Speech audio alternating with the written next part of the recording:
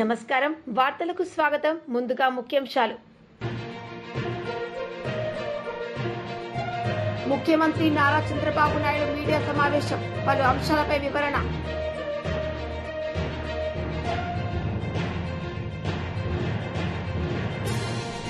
BRS leader media సమావేశం పలు అంశాలపై వివరణ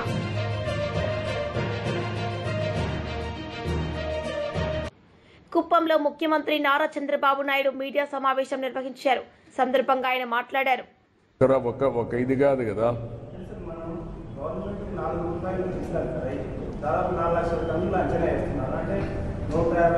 అది ఇచ్చామ్మా. దానికి నేను రేపు అన్ని మీరే కొనాలన్నా కూడా ఎక్కడ కొనగలుగుతామంటున్నా. క్రాప్ మేనేజ్మెంట్ ప్యాటర్న్ కూడా చేంజ్ చేయాలి. అందుకే ఎప్పుడు రాష్ట్రంలో ఎక్కడ ఇవ్వని విధంగా 200 నుంచి 250 కోట్ల రూపాయలు అవుతుంది మనం ఇచ్చే సబ్సిడీ కూడా ఒక్క మ్యాంగో రైతులకే. అది కూడా మనం ఇస్తున్నాం. మిగిలిన విషయాలన్నీ కూడా మాట్లాడతాం. మధ్యాహ్నం అందరితో మాట్లాడి ఏ విధంగా మనం చేయగలుగుతాం అన్ని విషయాలు చేస్తాం. నిజమేనాయా, ఏం చేయాలంటున్నా? ఎవరు పెట్టాలి? టీటీడీ పెట్టాలి. వాళ్ళు ఏమంటారు మేమెందుకు చేయాలంటే మళ్ళీ అవన్నీ విషయ సర్కిల్స్ కదా. భక్తుల యొక్క సెంటిమెంట్స్ కూడా మనం చూసుకోవాలి కదా. అవన్నీ ఉంటాయి. ఇవన్నీ ఏంటి ఎప్పుడన్నా చేశారా? కాదు, ఎప్పుడన్నా 4 రూపాయలు ఇచ్చి కొన్నారా? రెండోసారి నేనే కొంటున్నా. వ్యవసాయం బాగా చేస్తున్నాం కాబట్టి ఆదాయం ఇది కూడా దిగుబడి బాగా పెరిగింది. ఈ సంవత్సరం ఎప్పుడు లేని దిగుబడి వచ్చింది. ఇంటర్నేషనల్ మార్కెట్లో ప్రాబ్లం వచ్చింది. అదే సమయంలో గవర్నమెంట్ ఆఫ్ ఇండియా కూడా రిక్వెస్ట్ చేశాను, ఈ జ్యూసెస్ కానీ వీటన్ని ట్యాక్స్ వేయద్దని. We're working all these things, will sort it out. Right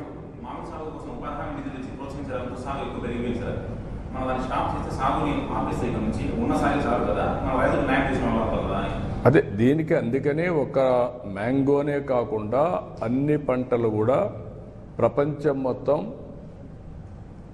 ఆహారపు అలవాట్లు మారాయి. ఎప్పటికప్పుడు పళ్ళు తినేది ఎక్కువైంది. రెండోది కూరగాయలు ఎక్కువ అవుతున్నాయి. ఈ రెండు వచ్చినప్పుడు రాయలసీమ అనుకూలమైన ప్రదేశం కాబట్టి మనం ప్రమోట్ చేశాం. దీన్ని ఏ క్రాపులు పండించాలి అనే దానిపైన నిరంతరం కూడా మనం పర్యవేక్షిస్తాం. పండించిన పంట వాల్యూ అడిషన్ కూడా ఫుడ్ ప్రాసెసింగ్ కూడా వెళ్ళాలి. అందుకే ఈరోజు తమిళనాడులో కర్ణాటకలో లేనటువంటి ఫుడ్ ప్రాసెసింగ్ మన దగ్గర ఉన్న మొన్న గొడవలు కూడా జరిగాయి, మీరు చూశారు కర్ణాటకలో. వాళ్ళంతా ఇక్కడ తీసుకొస్తామంటే మనకే చాలదని చెప్పి మనం చెప్పాం. ఇంకా చేయాల్సిన అవసరం ఉంది. ఫుడ్ ప్రాసెసింగ్ రావాలి, ఇంటర్నేషనల్ మార్కెటింగ్ రావాలి. స్టాప్ చేయాలంటే ఏ పంట వేయాలి కూడా వర్కౌట్ చేయాలి కదా. రాను రాను ఆధునీకరణలో తర్వాత రెండో విషయం కూడా మీరు చూస్తే ఫుడ్ హ్యాబిట్స్ మారిన తర్వాత దీనికి తగినటువంటి ఇది కూడా మనం తయారు చేయాలి. ఒకప్పుడు దిగుబడులు తక్కువ ఉండేటివి, ఇప్పుడు దిగుబడులు బాగా పెరుగుతున్నాయి. ఒకప్పుడు చిన్నప్పుడు నేను చూసినప్పుడు మామిడి ఇంటికే వాడేవాళ్ళం. మీకు కూడా ఐడియా ఉంది. ఇంటి కోసం చెట్లు వేసేవాళ్ళం. ఆ చెట్లు వచ్చే పంట తర్వాత వాణిజ్య పంటగా తయారైంది. అంటే ఎవరికొకరికి ఇచ్చి ఈ చెట్లు ఇంత పంట ఉంది నువ్వు కొనుక్కోమనేవాళ్ళు. వాళ్ళు వచ్చి హార్వెస్టింగ్ చేసుకొని వెళ్ళేవాళ్ళు. అది నెక్స్ట్ ఫేజ్. ఇప్పుడు దాన్ని నేను కానీ హార్టికల్చర్ అంతా ప్రమోట్ చేసి తెలుగుదేశం వచ్చిన తర్వాత డ్రిప్ ఇరిగేషన్ కూడా పెట్టి, అంత మునుపంతా వానాకాలం పండాలి. ఎప్పుడు నీళ్లు పెట్టేవాళ్ళం కాదు, ఇప్పుడు నీళ్లు పెడుతున్నాం. నీళ్లు పెట్టినప్పుడు పంట కూడా బాగా వస్తుంది. 2-3 వెట్టింగ్స్ ఇస్తే మంచి దిగుబడి వస్తుంది. అలాంటి ఆధునికమైన ఇప్పుడు కొత్తగా మీరు చూస్తే కవర్స్ కూడా ఇచ్చాం ఫ్రూట్ కవర్ చేయడానికి. అది కానీ వస్తే వాల్యుయేషన్ పెరుగుతుంది. మనకు పంట కూడా వాల్యుయేషన్ పెరుగుతుంది. ఎందుకంటే ఏ పంట కూడా ఏ మామిడికి కూడా ఒక విధంగా పండు డ్యామేజ్ కాదు. ఆ మచ్చలు కానీ సైజు కానీ ఇవన్నీ బ్యూటిఫుల్గా వస్తాయి. అలాంటి వినూత్నమైన ఆలోచనలతో మనం ముందుకు పోవాల్సిన అవసరం ఉంది. ఈ సమస్య అట్మోస్ట్ ఎఫిషియెంట్గా పరిష్కారం చేస్తాం. ఎవ్వరు అందరూ హాజరవుతారు. తొలి రోజే కదా, అప్పుడే నువ్వు సెలవులు పలవలు. తెలుగుదేశం పార్టీకి ఒక మెకానిజం ఉంది. తెలుగుదేశం పార్టీ 45 ఏళ్లుగా పార్టీ క్యాడర్ బేస్డ్ పార్టీ ఇది కాబట్టి అవన్నీ సిస్టమేటిక్గా ఉంటాయి.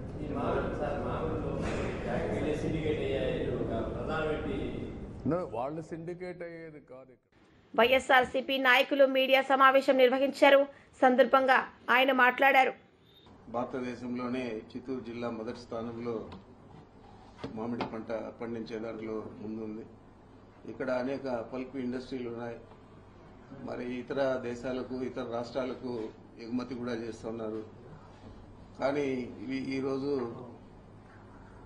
ఏదైతే తోతపురి వెరైటీ ఉందో పల్పుకు వాడే పంట, దాన్ని కనీసం మీరు తీసుకోండి, ఎప్పుడైనా ఇవ్వండి డబ్బులు అంటే కూడా ఇచ్చే పరిస్థితి లేకుండా రైతులు చాలా ఇబ్బంది పడుతూ ఉన్నారు. మీరు కనుక చూస్తే రోడ్ సైడ్ అంతా కూడా దాదాపు 100 ట్రాక్టర్ల మామిడి అంతా కూడా దామల చెరువు నుంచి కల్లూరు పోయే దారిలో చూస్తే రోడ్ సైడ్ అంతా కూడా పోసేయడం జరిగింది. మరి మేము ఈ పంటకు గిట్టుబాటు ధర కావాలా అని అడిగినా కానీ ప్రభుత్వం ఏదో తూతూ మంత్రంగా 4 రూపాయలు ప్రతి కేజీకి ఇస్తామని చెప్పి రైతులకు చెప్పడం జరిగింది. ఇంతవరకు 1 రూపాయి కూడా ఎక్కడ కూడా వేయలేదు. మరి ఇస్తుందా ఇవ్వదా అనేది కూడా ప్రశ్నార్థకం. మరి ఈ పంట ఏదో రకంగా తీసుకోండి అని చెప్పి ఎంత ప్రాధాన్యపడినా కూడా పెద్ద పెద్ద పల్ప్ ఇండస్ట్రీస్ వాళ్ళే తీసుకుంటూ ఉన్నారు. చిన్న చిన్న వాళ్ళందరూ కూడా తీసుకునే పరిస్థితి లేదు. గత సంవత్సరం పండించిన చేసిన పల్ప్ కూడా ఇంకా స్టాక్లు ఉన్నాయి. మరి ఈ సంవత్సరం మళ్ళీ ఫ్రెష్గా ఈ పల్ప్ చేస్తే మార్కెట్ ఉంటుందో ఉండదో, మళ్ళీ అప్పులు ఎక్కువైపోతాయని వాళ్ళ ఆలోచన. అదే రకంగా రైతులు ఏదో ఒక గిట్టుబాటు ధర అని ఊరికే కాయలు చెట్లో నుంచి కింద రాలిపోయే పరిస్థితి ఏర్పడింది. తీసుకుపోయినా తీసుకునే పరిస్థితి లేదు. రోడ్ల సైడ్ కూర్చా ఉన్నారు. గతంలో మనం చూసాం టమాటాలంతా కూడా మొన్నటిదాకా టమాటాలంతా కూడా రోడ్ సైడ్ పోస్తా ఉన్నారు. మొన్నటి నుంచి ఈరోజు కొద్దిగా పండించిన పంటకు గిట్టుబాటు ధర వచ్చే విధంగా కొంచెం రేటు పెరిగింది కాబట్టి టమాటా రైతులు ఊపిరి పీల్చుకుంటా ఉన్నారు. కానీ మామిడి పంట రైతులందరూ కూడా ఈ సంవత్సరం నాకు తెలిసి మేము చిన్నప్పటి నుంచి కూడా చూస్తా ఉన్నాం. ఏ సంవత్సరం కూడా ఇంత అధ్వానంగా, ఇంత దారుణంగా రైతులు నష్టపోయిన పరిస్థితి లేదు. అందుకని ఈ సందర్భంగా జగన్మోహన్ రెడ్డి గారు ఈ నెల 9వ తేదీ బంగారపాలెంలో అక్కడ మార్కెట్ యార్డ్ కానీ తర్వాత రైతులంతా కూడా ప్రత్యేకంగా కలవడం కానీ చేయడం జరుగుతుంది. వారు 9వ తేదీ ఈ కార్యక్రమానికి ఇచ్చేస్తారని చెప్పి మీ ద్వారా ఈ రాష్ట్ర ప్రజలకు తెలియజేస్తా ఉన్నాను. బీఆర్ఎస్ లీడర్ మీడియా సమావేశం నిర్వహించారు. సందర్భంగా ఆయన మాట్లాడారు. తెలంగాణ నీళ్ల హక్కుల కోసం బీఆర్ఎస్ పార్టీ కేసీఆర్ గారి ఆదేశాలతో పోరాటం చేస్తూ ఉంటే అన్ని పార్టీలు ఏకమై అటు టీడీపీ, ఇటు కాంగ్రెస్, ఇటు బీజేపీ 3 పార్టీలు ఏకమై మళ్ళీ తిరిగి బీఆర్ఎస్ మీద దాడి చేస్తూ ఉన్నారు. బాధ ఏంటంటే బీఆర్ఎస్ మీద దాడి చేస్తే పర్వాలేదు, కేసీఆర్ గారి మీద దాడి చేసినా పర్వాలేదు, కానీ తెలంగాణ ప్రజల మీద, తెలంగాణ రాష్ట్రం మీద, తెలంగాణ నీళ్ళ మీద మళ్ళీ దాడి జరుగుతూ ఉంది. ఇవాళ కూడా పెద్దలు చంద్రబాబు నాయుడు గారు, ఏపీ రాష్ట్ర ముఖ్యమంత్రి మాట్లాడుతూ మళ్ళీ ఒకసారి అదే విధంగా చంద్రబాబు గారు వయసులో పెద్దవారు, రాజకీయ అనుభవంలో పెద్దవారు, వారి గురించి మనం తప్పుగా మాట్లాడొద్దు అని అనుకుంటాం. కానీ తెలంగాణ పట్ల, తెలంగాణ రాష్ట్రం పట్ల వారు చేస్తున్న మోసాలను అయితే ప్రజల ముందర పెట్టాలి. ఎందుకు అంటే చంద్రబాబు గారు ఇవాళ మాట్లాడుతూ మేము కేవలం వరద జలాలు తీసుకుపోతా ఉన్నాము, పైన తెలంగాణ రాష్ట్రం గోదావరిలో ఎన్ని ప్రాజెక్టులు కట్టినా నేను ఎప్పుడు అడ్డు చెప్పలేదు, చెప్పను. చంద్రబాబు నాయుడు గారు వయసులో పెద్ద ముఖ్యమంత్రి, వారు అంతకుముందు వారి అనుభవంలో చాలా అనుభవజ్ఞులు వారు. కానీ అప్పుడప్పుడు అనిపిస్తుంటుంది చంద్రబాబు గారు వారి శిష్యుడు ఇద్దరు అబద్ధాల్లో కూడా పెద్ద అనిపిస్తుంది. అబద్ధాలు చెప్పడంలో కూడా వారు, వారి శిష్యుడైనటువంటి మన ముఖ్యమంత్రి రేవంత్ రెడ్డి గారు ఇద్దరు కూడా పెద్దవాళ్ళు. వాళ్ళు చంద్రబాబు నాయుడు గారు మళ్ళీ ఏ రోజు నేను తెలంగాణ రాష్ట్రం గోదావరి జలాల మీద కట్టిన ప్రాజెక్టుల మీద ఎప్పుడు నేను ఆపలేదు అని చెప్తా ఉన్నారు. మీ అందరికి కూడా కాపీలు ఇస్తాను. ఎన్నిసార్లు అంటే ప్రతిసారి కాళేశ్వరం మీద, కాళేశ్వరం డిపిఆర్ మీద కంప్లైంట్, ఆఖరికి అసలు కాళేశ్వరం ప్రాజెక్టే కొత్త ప్రాజెక్టు, వీళ్ళు కట్టకూడదు, ఎపెక్స్ కౌన్సిల్లో లేకుండా. నిజానికి Kaleshwaram project modified project, Pranahita Chevella నుంచి మాడిఫై చేయబడ్డ ప్రాజెక్ట్. ఈయన గారు ఏమంటారైనా ఆ రోజు కూడా కాళేశ్వరం కొత్త ప్రాజెక్టు ఆపేయాలని చెప్పేసి ఆ రోజు కంప్లైంట్, సీతమ్మ సాగర్ మీద కంప్లైంట్, భక్త రామదాస్ మీద కంప్లైంట్, ఆఖరికి చివరికి తను దత్తత తీసుకున్న ఆ రోజు పాలమూరు జిల్లా ఉన్న అన్ని ప్రాజెక్టుల మీద, పాలమూరు రంగారెడ్డి మీద కానివ్వండి, డిండి మీద కానివ్వండి, కల్వకుర్తి మీద కానివ్వండి, ఏ ప్రాజెక్ట్ అయినా కూడా అన్ని ప్రాజెక్టులు మీద తన షికాయతులు, తన లెటర్లు.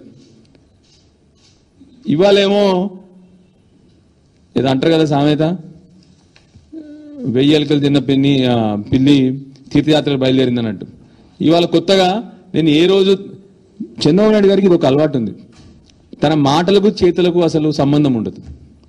తన మాటలకు చేతులకు సంబంధం ఉండదు. ఏ రోజు నేను తెలంగాణ ప్రాజెక్టులు ఆపలేదంటారు.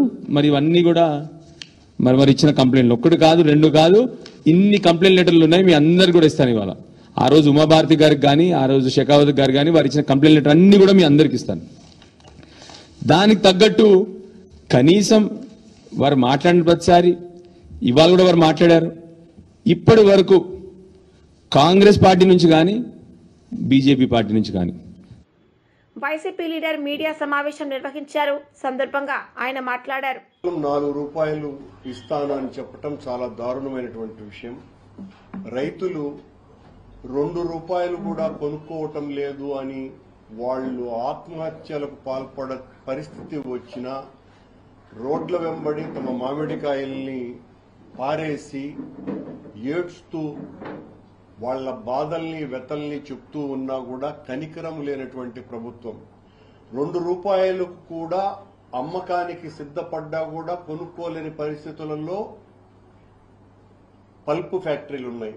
పల్పు ఫ్యాక్టరీలు అలా ఉన్నప్పుడు మద్దతు ధరను మరింతగా పెంచాల్సినటువంటి బాధ్యత, 4 నుంచి మరో 7-8 రూపాయలు పెంచాల్సినటువంటి బాధ్యత ప్రభుత్వం తీసుకోవాలి. రైతును ఆదుకోవాలా అన్నటువంటి విషయం ఈ ప్రభుత్వానికి కించిత్తు కూడా లేకపోవడం చాలా బాధ కలిగించేటువంటి విషయం. ఓ రైతుకు పూర్తి ఆపన్న హస్తంగా ఉన్నది వైఎస్ రాజశేఖర రెడ్డి గారు, జగన్మోహన్ రెడ్డి గారు. వారి హయాంలో ఏ రోజు కూడా రైతుల వెతలు ఇంత దారుణంగా లేవు. ఈ రోజున రామచంద్రారెడ్డి గారు చెప్పినట్టుగా మిగతా మిర్చి, పొగాకు ఇలాంటి విషయాలలో కూడా ప్రభుత్వ వైపు నుంచి ఏ రకమైన సహకారం లేనందువలనే పెద్ద ఎత్తున జగన్మోహన్ రెడ్డి గారు అక్కడికి వచ్చినప్పుడు వాళ్ల బాధలంతా కూడా వాళ్ళు వెళ్లగక్కటం జరిగింది. అంతకంటే ఎక్కువగా దాదాపు లక్షల హెక్టార్లలో ఈ రోజున మామిడి పండించినటువంటి రైతుకు తీరని అన్యాయం జరుగుతూ ఉంటే, లక్షలాది ఎకరాలలో ఉన్నటువంటి మామిడి పంట అంతా కూడా రోడ్ల పాలు, లేకపోతే కొయ్యటానికి కూడా భారమైపోయి కోసినా కూడా ఉపయోగం లేనంత పరిస్థితి రావటానికి కారణం ప్రభుత్వం. దీనికి సమాధానం చెప్పవలసినటువంటి ప్రభుత్వం, ఆ ప్రభుత్వానికి ఒత్తాసు పలికేటువంటి ఒక పత్రిక ఒక 2 రోజుల పాటు, ఈనాడు పత్రిక 2 రోజుల పాటు ఇది వైఎస్ఆర్ కాంగ్రెస్ పార్టీ నాయకుడైనటువంటి పెద్దిరెడ్డి రామచంద్రారెడ్డి దీంట్లో కుట్ర ఉన్నది అని పనికట్టుకొని రాయటం అన్నది. ఈ జిల్లాలో 98% ఆ మాటకు వస్తే తెలుగుదేశం పార్టీకి సంబంధించినటువంటి వాళ్ల అధీనంలో పల్పు ఫ్యాక్టరీలు ఉన్నాయి. పల్పు ఫ్యాక్టరీలు ఇప్పుడు ఆయన చెప్పినాడు, గత సంవత్సరమే ఉన్నటువంటి స్టాక్ ని ఏం చేయాలో తెలియని పరిస్థితుల్లో వాళ్లు ఉంటే నువ్వేం చేయాల? ప్రభుత్వం మద్దతు ధరను పెంచాల్సినటువంటి బాధ్యత నీకున్నదా లేదా? నువ్వెలా 4 రూపాయలు నేను మద్దతు ఇస్తానంటావు? నువ్వెందుకు 10 రూపాయల మద్దతు ఇవ్వలేవు? రైతులందరూ ఈ రోజు ఎందుకు ఆత్మహత్య చేసుకునేటువంటి పరిస్థితి వచ్చింది? వేలాది ట్రాక్టర్లు, టిప్పర్లు, వీళ్ళ నిండా లారీల నిండా రైతుల వెదలు చూస్తూ ఉంటే ఎంత బాధ కలుగుతుంది. దీని మీద కించిత్తన్న ప్రభుత్వం కరిగిందా, కదిలిందా? సాక్షాత్తు ముఖ్యమంత్రి చంద్రబాబు నాయుడు గారి సొంత జిల్లాలో ఈ రకమైనటువంటి దుస్థితి వేలాది మంది రైతులకు వస్తే దాని మద్దతు ధరను నేను మరింత ఇస్తాను అని చెప్పటం సరైనటువంటిదా కాదా?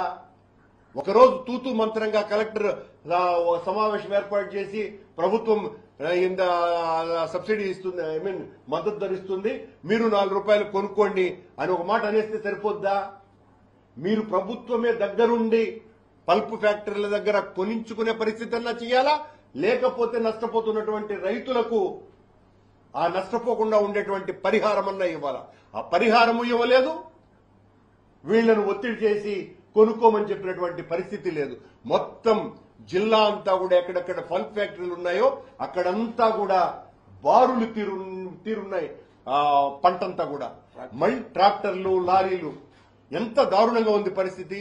దానికి సమాధానం ఇవ్వవలసినటువంటి వాళ్ళు వార్తలు ముగించే ముందు ముఖ్యాంశాలు మరోసారి. ముఖ్యమంత్రి నారా చంద్రబాబు నాయుడు మీడియా సమావేశం, పలు అంశాలపై వివరణ.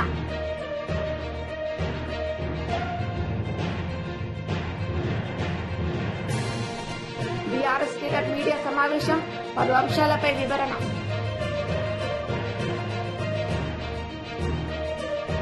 ఈ వార్తలు ఇంతటితో సమాప్తం. తిరిగి ప్రసారమయ్యే వార్తల్లో మళ్ళీ కలుద్దాం. అంతవరకు సెలవు. నమస్తే.